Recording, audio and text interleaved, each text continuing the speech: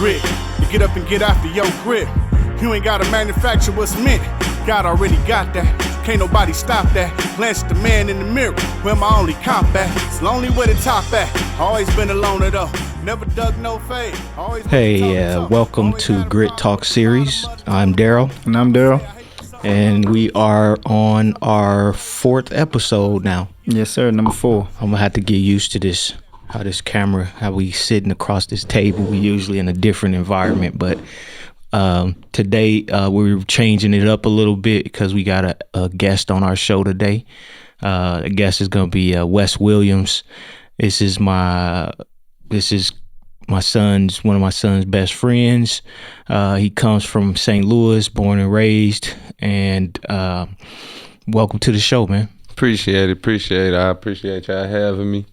I'm excited to be here. All right. New environment, yeah. So some new. Yeah, this definitely new. Something different. Let's say definitely. Definitely. Right. Well, yeah, we definitely happy to have you on the show. Even more importantly, you are our first guest on the show. So how suiting it is for it to be a family member, somebody that's close to home, somebody that runs with us and knows our program and is in tune with what we are and what we moving for, so welcome to the show again. What we're going to be getting into today is basically kind of just breaking down your life in a sense, and kind of going through what your childhood was like, before high school, what high school was like, and then kind of what college was like. We know that you bring a wealth of information as it relates to the journey of getting to college and getting through college when it's not the traditional path. And it's not just you walked into one school, signed up and sat there or, performed and was a student athlete for 4 years and got out of there. Right. So we kind of want to get into what that was like and what the mindset was for you to get through that, what most people would say is a turbulent time. If you didn't go through and just be with one school and finish with one school, it had to be some turbulence in there 9 times out of 10 in order for you to get through all of what you got through. So we're going to just dive in and kind of get to what life was for you growing up and what the house dynamic was like and how that kind of rolled out for you. Growing up, I grew up in a 2-family flat. Mom and dad. I had 2 brothers, one older, one younger, and then I had a big sister as well. My grandma actually grew up, was in the house with me growing up as well. But pretty much full household. We ate dinner every night and all that stuff together. But so it wasn't a bad upbringing, right? Nah, not at all. When I got a little older is when, we had a change in environment. My dad and mom separated. When? My 6th grade year. I remember my 6th grade year, they separated and we ended up moving with my mom. And my dad stayed at the house or whatever and, kind of started growing up in 2 different house homes. And this is 6th grade? Yeah, that's about 6th grade. We used to stay with my mom, but we still caught the bus from my dad's house. So we'd leave in the morning, get dropped off at my dad's house, and then catch the bus. Then Okay. Go out to Parkway. Yeah. Okay, desegregation program. Yeah, in deseg program. Yep. Okay. All right. So the dynamic father, mother in the house with 3 siblings in the house with you. Yeah, 3 siblings. Where are you at within that? The group of siblings. I'm the 3rd child, the 2nd boy though. I had a big brother, big sister. Then it was me and my younger brother. Okay. All the boys 4 years apart. Me and my sister real close in age. She about 1.5 years older than me. Okay. Yeah. I'm sure that plays a role in your development, right? Yeah. Having older siblings. Yeah. And seeing what your older siblings are doing are going to definitely impact whatever movement, whether that be they messing up and I'm not doing what they doing, or they messing up and I like what I see, or they're doing what they supposed to do and they pushing me, or they doing what they supposed to do and I don't like what I see. But some element has to come into that equation that affects you because they living with you on a daily basis. So can you tell us about that dynamic, being the third child, being two over and one under? Yeah. With my sister, it was more so we was always on the same page. You know, we was real close growing up. We in the same age bracket, so it was kind of, we linked up harder. But my older brother was always been like a model for me, you know. I always looked up to him, wanted to be like him playing ball and stuff. I always wore the same number he wore.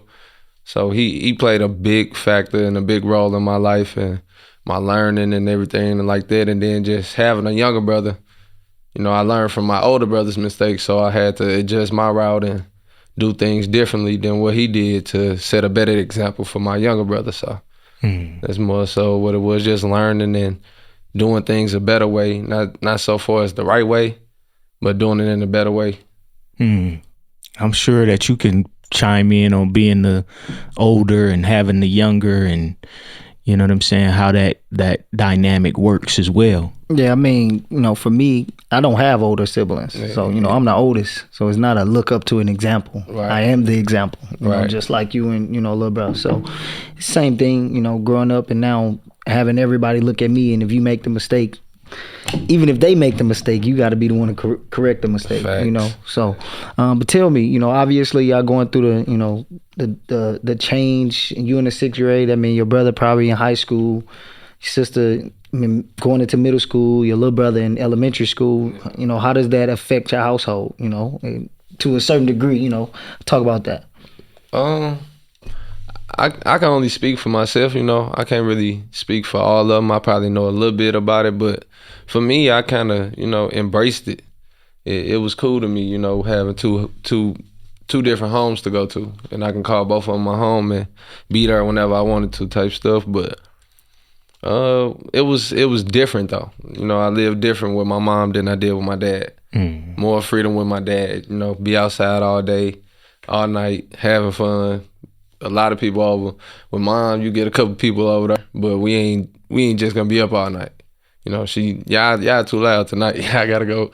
Y'all need to lay down. Time for bed. Yeah. I gotta go lay down or something. But I embraced it. It was cool. I think it got better as I got older. You know, having more freedom. But it was more so with me being at my dad's on the weekend and with my mom during the week, just because that's how she wanted it. You know, my mom still ran the show.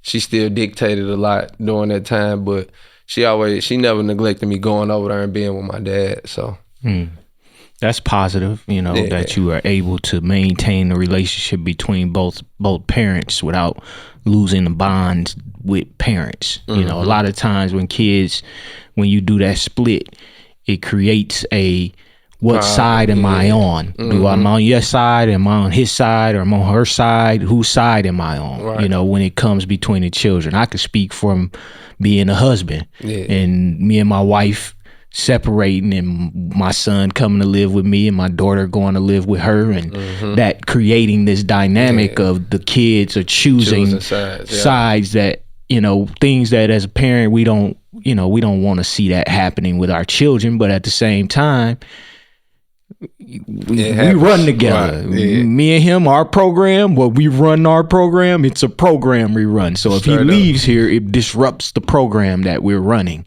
So I can understand where a son would maybe move towards a father, gravitate towards a father, and a daughter would gravitate towards a mother.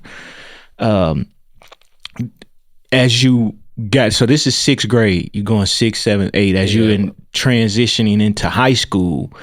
Can you tell us about how the middle school to high school transition was, how that impacted you in terms of what sports brought? Because another dynamic comes into play once you enter the high school realm. You finish with Little League football.